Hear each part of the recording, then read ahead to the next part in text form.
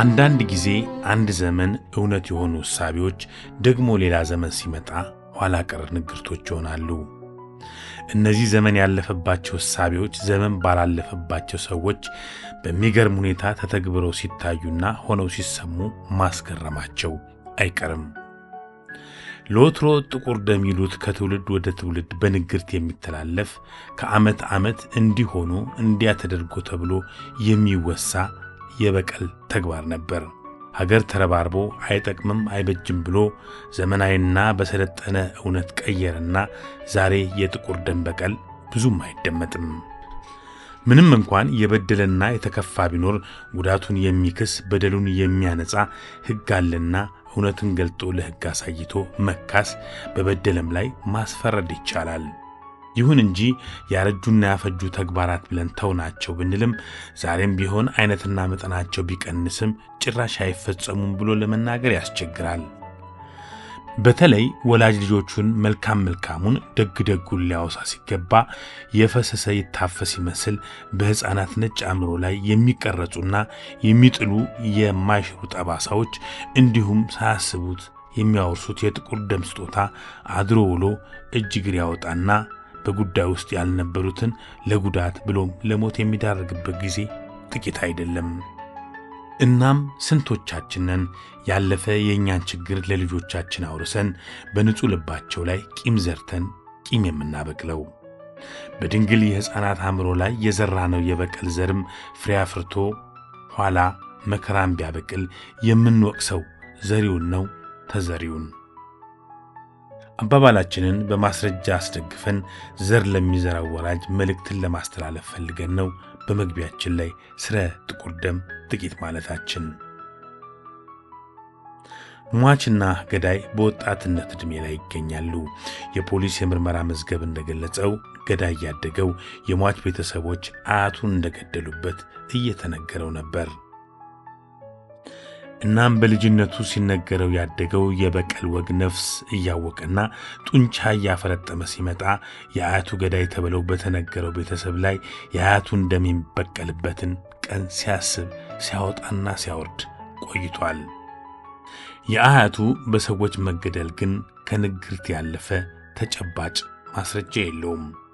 ወጣቱ ከገዳይ ወገን ነው ባለው በ16 ዓመቱ ቀንበጥ ወጣት ላይ አይኑን ያሳርፋል። ይህ መልካም በጸባዩም በትምህርቱም የተመሰገነ የ16 ዓመት ወጣት ለንግርቱም ሆነ ስለታሰበበት ነገር ምንም የሚያውቀው ነገር አልነበረም። ምሽት ከጓደኞቹ ጋር ተጫውቶ ወደ ቤቱ ሲገባ ሳያስበው የንግርቱ ሰለባ ሆነ። ኮማንደር አሸናፊ ኃይሌ። ምክትል ኮማንደር አሸናፊ ኃይሌ ይባላል። የደቡብ ኢትዮጵያ ክልል ፖሊስ ኮሚሽን የህዝብ ግንኙነትና ገጽታ ግንባታ ዳይሬክቶሬት ዳይሬክተር ነኝ። እንግዲህ ኮማንደር አሁን እየሰማነው እንዳለ ሟች 16 ዓመት ቀንበጥ ሕፃን ነው። ያገዳይም ደግሞ በወጣት በሃያዎቹ ያለ እንደመሆኑ መጠን አያትን ገድሏል እየተባለ ሲነገረው ያደገ ልጅ መሆኑን ያለው ነገር ይነገራልና እስኪ አጠቃላይ የልጁ ከቤተሰቦቹ የወረሰውና በኋላ የፈጸመውን ወንጀል በተመለከተ እስኪ ሰፋ አድርገው ይግለጹልኝ። እሺ እንግዲህ ያው በጎፋ ዞን በቶ ከተማ አስተዳደር በቶ ከተማ ወረዳም ነው ከተማ ማስተዳደር ነው ነዋሪ የሆነው ይህ የወንጀል ድርጊት የፈጸመው ግለሰብ እድሜው በሃያዎቹ አጋማሽ የሚገኝ እንደሆነ ነው የተገለጸውና ለዚህ ወንጀል እንደመነሻ አድርጎ ራሱን ሲያዘጋጅ የቆየውን በልጅነቱ የሟች ቤተሰቦች አያትን ገለዋል፣ በዙሪያችን ዘመድ አዝማድ ስለሌለና የሚበቀልልን ይህንን ደም የሚመልስልን ስለሌለ ያባያት ደም ከልብ ሆነ ቀርቷል የሚል የቤተሰብ ስብከት መነሻ አድርጎ እድሜው ለበቀል እስኪዘጋጅና ጉልበት እስኪፈጠር ድረስ በአካባቢው ቂም አርግዞ እንዳደገ የሚያመላክቱ ነገሮች ተፈጥረዋል። ጉልበቱም እድሜውም ጠና ሲልና የወጣትነት የአፍላ እድሜ ላይ ሲደርስ የአያቱን ደም ለመመለስ ሐሳብ አድሮበት ምቹ ሁኔታን ሲጠባበቅ ቆይቷል። መስከረም 28 2018 ዓ.ም ምሽትም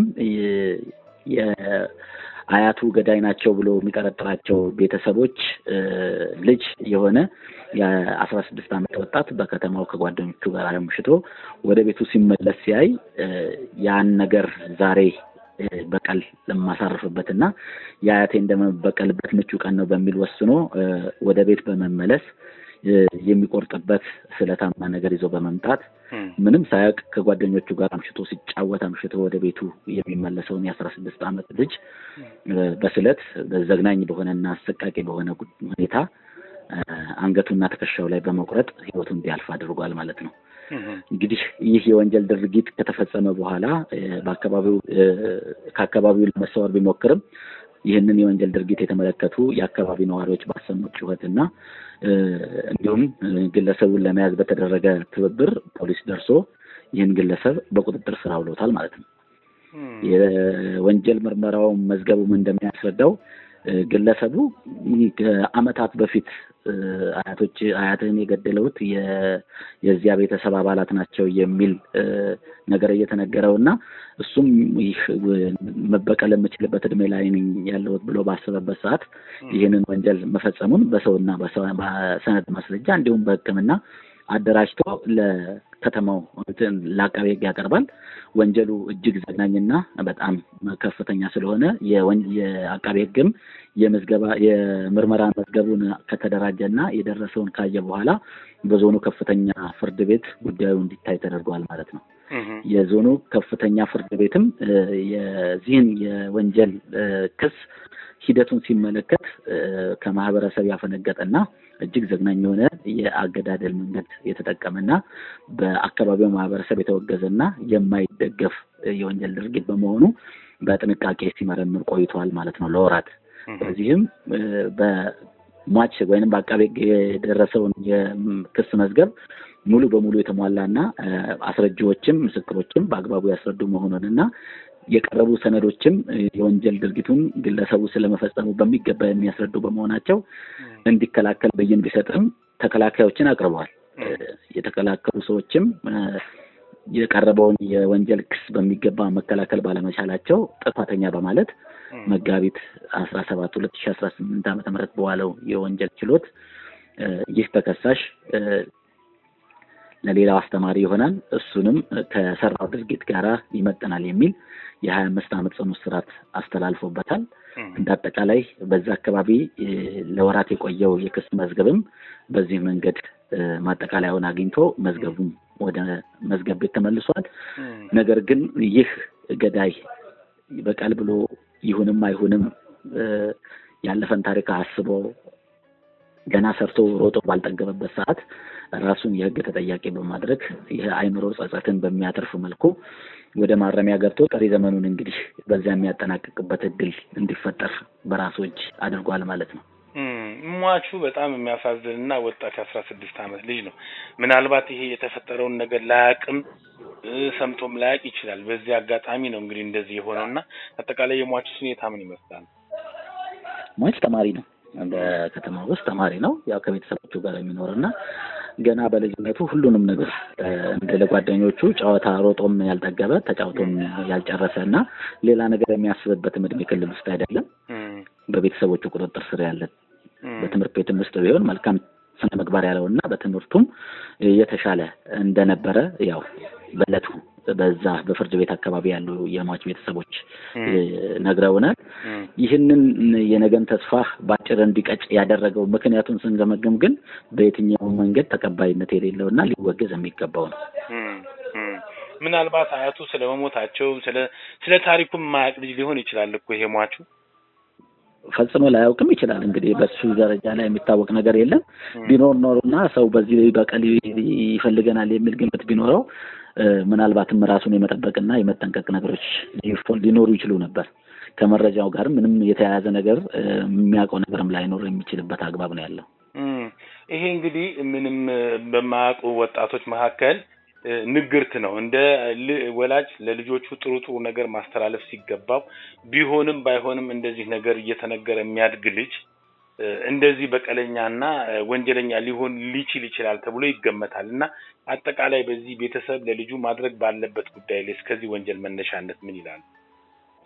ከተበላሸ ታሪክና ከተበላሸ ንግርት የነገ ተስፋ እንደሚበልጥ ሁሉም ሰው ሊገነዘብ ይገባል የሚል እምነት አለኝ። የተበላሸ ታሪክ ነገን በአጋጣሚ የሚሆን ሆን ተብሎ ትላንት የተበላሸ ታሪክ ሊመዘገብ ይችላል። በቤተሰብ፣ በማህበረሰብ፣ በዘመድ አዝማድ እንዲሁም ደግሞ በጎረቤት አካባቢ ማለት ነው። ያንን የትላንት የተበላሸን ታሪክ ነገን በሚያበላሽ ንግርት መተካት ደግሞ ሌላ ጥፋት መውለድ ማለት ነው እንደኔ አመለካከትና ስለዚህ ያለፉ ታሪኮች የራሳቸውን ጠባሳ ጥለው አልፈዋል። ጠባሳውን ግን በሚሽር በጎ ነገር ለመተካት በጎ ሐሳቢ መሆንን የሚጠይቅ ጉዳይ ስለሆነ ሁሉም ሰው የትናንት መጥፎ ነገርን በሌላ መጥፎ እየጻፈ የደም ቀለም እንዲኖረን ማድረግ በራሱ እንደ ግለሰብ እንደ ቤተሰብም ሆነ እንደ ማህበረሰብ አንድ ላይ መኖርን የማያስችልና ጥፋት ሲደመር ያው በአካባቢው የሚኖር ሌላ ቁርሾና የመበቃቀል አዝማሚያን የሚያሰፍን ስለሚሆን ማንም ሰው ትላንት በሆነ አጋጣሚ መጥፎ ነገር ቢመዘገብ የነገን የተሻለ ነገር ለማድረግ የሚያስችሉ የሰላም አማራጮችን መከተል አለባቸው የሚል እምነት አለኝ። በጊዜው በዚህ ሟች እንደው በ16 ዓመት ልጅ በመሞቱ ምክንያት እንደው በአካባቢ የተፈጠረ ነገር የሚያስታውሱት ነገር አለ? በወቅቱ በጣም ወንጀሉ በተፈጸመ ማግስት ምን መረጃውን ደርሶ ነበርና የኛም ግለሰቡ በቁጥጥር ስር ስለመዋሉ ዘግበን ነበር። በእኛ መረጃ ሰጥተን ነበር ለሚመለከታቸው አካላት። በማህበረሰቡ ዘንድ ይሄ ጨቅላና በማህበረሰቡ ዘንድ እንደሚወደድ በሁሉም ሰው የሚላክና ሁሉም ሰው የሚቀበለው ልጅ እንደነበረ ተገልጾ ከፍተኛ ቁጣ ነበር የተገለጸውና ፖሊስም ተከቦ ነበር ያለው በለቱ በማህበረሰቡ ማለት ነው። ግለሰቡን አሳልፋችሁ ስጡኝ የሚል ቁጣ ሁሉ ተቀስቅሶ ነበር። ፖሊስ የመከላከልና ያው በህግ ጥላ ስር ያለ ሰው በህግ እንደሚጠየቅ አስረድቶ የህግ ሂደቱን እንዲከታተሉ አስረድቶ ነው የመለሳቸው እንጂ በዚህ ምንም በማያውቅ 16 ዓመት የነገ ተስፋ ያለው ህፃን ላይ የተወሰደው እርምጃ ሲያወግዙ ቆይተዋል። ሰሞኑን በተሰጠው የፍርድ ቤት ውሳኔም የማህበረሰቡ ጠቅላላ ደስተኛና አስተማሪ የሆነ እንደሆነ ነው በሰጡን አስተያየት ያረጋገጡልን። ከዚህ ወንጀል መነሻነት ሌላው ይህም ፕሮግራም የሚያይ ሰው ምን ሊማር ይችላል ብለው ያስባሉ? ያው በቂም በቀል የሚባለው ባህል በኢትዮጵያ ውስጥ እየተወገዘ መጥቶ በብዙ ቦታዎች የተተወ ጉዳይ ነው። አሁን ዘመናዊነት እየተላበስን የመጣንና ማንም ሰው የተበደለው ነገር ካለ ህግ እንዲያይለት ስርዓት እንዲያይለትና መንግስት እንዲያይለት ከመጠየቅ ባለፈ በራሱ እርምጃ ወስዶ አስተምራለሁ የሚለው ካለ የራሱንም ነገ ማጨለም እንደሆነ ያስተማረ ድርጊት ነው ይሄ ወንጀል ድርጊት። ስለዚህ ማንም ሰው ምንም አይነት ወንጀል ቢፈጸምበትና ተበዳይነት ስሜት በውስጡ ቢያድር የተበዳይነት ስሜቱን ሊመልስ የሚችለው እሱ ባዘጋጀው ስለት ወይም ደግሞ ባፈረጠመው ጡንቻ ሳይሆን ህግና ስርዓት ባለበት ሀገር ውስጥ እስከሚኖር ድረስ ህግና ስርዓትን ተከትሎ በህግ አግባብ ጉዳዩ እንዲታይና ተገቢ ውሳኔ እንዲሰጠው ማድረግ ቢቻል በጥፋት ላይ ጥፋት የመደራረቡ ነገር በማስቀረት ውጤታማ የሆኑ የህግ የበላይነትን የምናረጋግጥበት ነው። ዜጎችም በሚኖሩበት ሀገር ውስጥ የመኖር መብታቸው እንዲረጋገጥ ይህንን በሚጥሱ አካላትም ምን አይነት ቅጣት እንደሚተላለፍ የሚማሩበትን አሰራር ያለበት ሀገር እስከሆነ ድረስ ማንም ሰው በሚኖርበት አካባቢ ህግና ስርዓትን ብቻ ተከትሎ ቢኖር መሰል ጥቃቶችን እንቀንሳለን ብዬ አስባለሁ። ከዚህ ጋር ግን እኛ ተከሳሹንም በፎቶ አይተነዋል። ወጣት ነው፣ ሟቹም ወጣት ነው።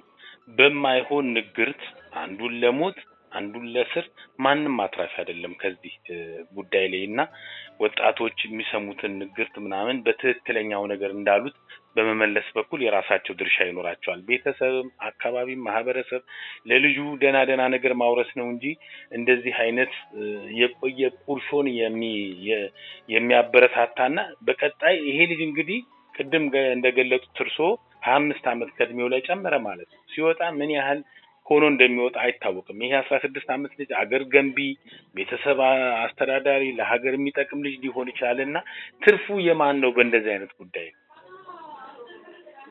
እንግዲህ በወንጀል ድርጊት ላይ አትራፊ የለም። በየትኛውም መንገድ ወንጀል የተጠቃውም ህዝብ ወይንም ደግሞ ግለሰብ ወይ ህይወቱን ያጣል ወይ አካሉ ይጎላል ወንጀል የተፈጸመበት። ወንጀል ፈጻሚውም ህግ ያለበት ሀገር ውስጥ እስካለ ድረስ በወንጀል መጠየቁ አይቀርምና የህግ ተጠያቂነቱ ደግሞ ካለው ነገውን የሚያበላሽና ተስፋውን የሚያጨልም እንደሆነ ይጠበቃል። ይህ የወንጀል ድርጊትም የሚያስረዳን ይሄን ነው። የ16 ዓመት ታዳጊ ወጣትን ህይወት እንዲያልፍ ያደረገው ተከሳሽ ትላንት ቤተሰቦቹ የአያትህ ገዳይ እነሱ ናቸው ብለው ባይነግሩትና ለዛ ነገር ውስጡ ቂም አርግዞ ባያድግ ዛሬ ይህንን ድርጊት አይፈጽምም ነበር። ይህንን ድርጊት በመፈጸሙ ደግሞ እርካታን ሳይሆን ወይም ጀግንነት ሳይሆን እሱም የህግ ተጠያቂ ሆኖ ወደ ማረሚያ ቤት ገብቷል ማለት ነው። ያም ወንጀል የተፈጸመበት ታዳጊ ነገ ሀገር የሚረከብና የት ይደርሳል የሚባል ህፃን ምንም በማያውቀው የወንጀል ድርጊት ተጠቂ ሆኖ ህይወቱ አልፏል። ይህም ደግሞ ነገ ሀገር የሚረከቡ ዜጎችም በዚህና በመሳሰሉ ሰበቦች ህይወታቸውን እንዲያልፍ ያደርጋል ማለት ነው። ስለዚህ እነዚህ አይነት የወንጀል ድርጊቶችን ማውገዝ የሁሉም ማህበረሰብ ልማድ ሊሆን ይገባል የሚል እምነት አለኝ። ኮማንደር እጅግ በጣም አመሰግናለሁ። ታንኪዩ።